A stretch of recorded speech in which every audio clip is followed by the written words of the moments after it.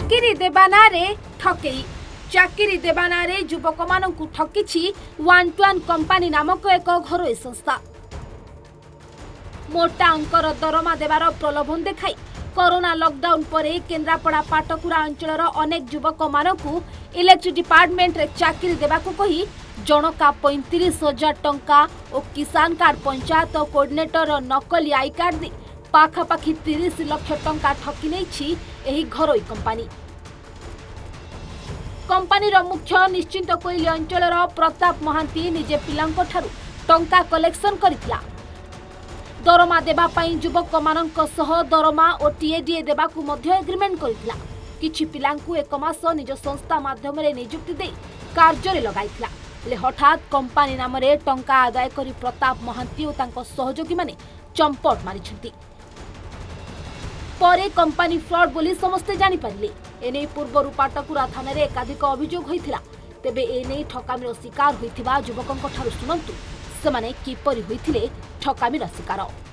सतर ठके से फास्ट हम कहले कि किसान सभा गोटे आसी तो से किसान सभा तुम कम कर पंचायत वाइज कम कर जहाँफल कि से आमको कहते कि किसान सभा कार्ड देले मैंने लोक मान कि उपकारिता हम कि धान फसल सब से फ्री कि आमर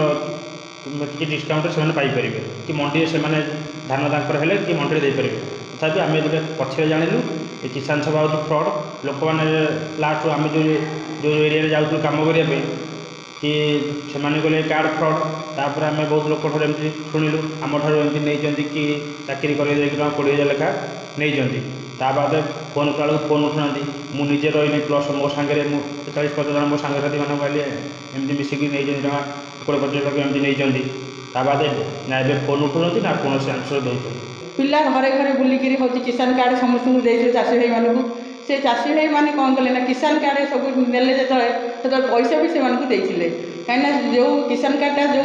माँ बा भौणी घर के 3-4टा ना करते से मैंने हूँ 100-200 टका ना जनका देला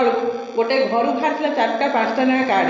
घर बाहर 400-500 टका ना जनका किसान कार्ड नेले मैंने आम पंचायत केते टका से नेले मिनिमम से आम माने पाटकुरा अंचल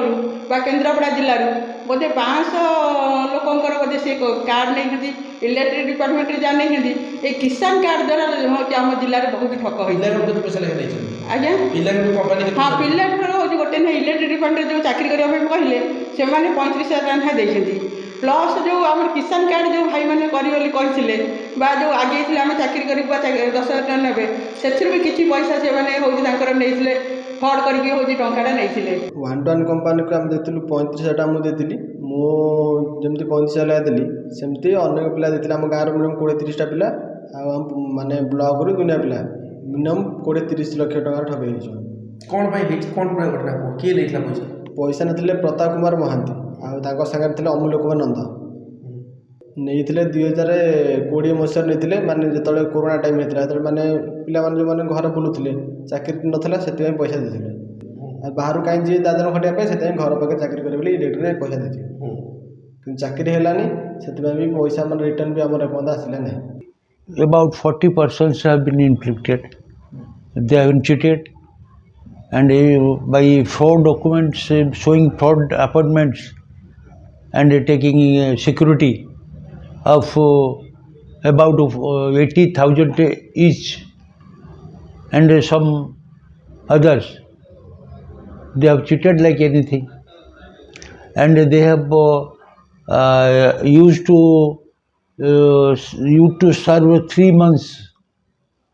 each people but without any salary. Although he has committed to give salary, but 3 months after 3 months they have forced to leave the place from and not to work. A single pie has not been given and also security money has misappropriated from the office. तेज अभियोग पर प्रताप को घर पाखरे पहुंची प्रताप को काबू करथिले किंतु पुलिस रो निरवता पई प्रताप खसी जाइथिला। शेषरे ठकामीर शिकार होइतबा युवक माने केन्द्रापड़ा कोर्ट रे प्रताप महांती और तांको संस्था नाम रे ठकेई अभियोग रे 1cc केस करिसेंती।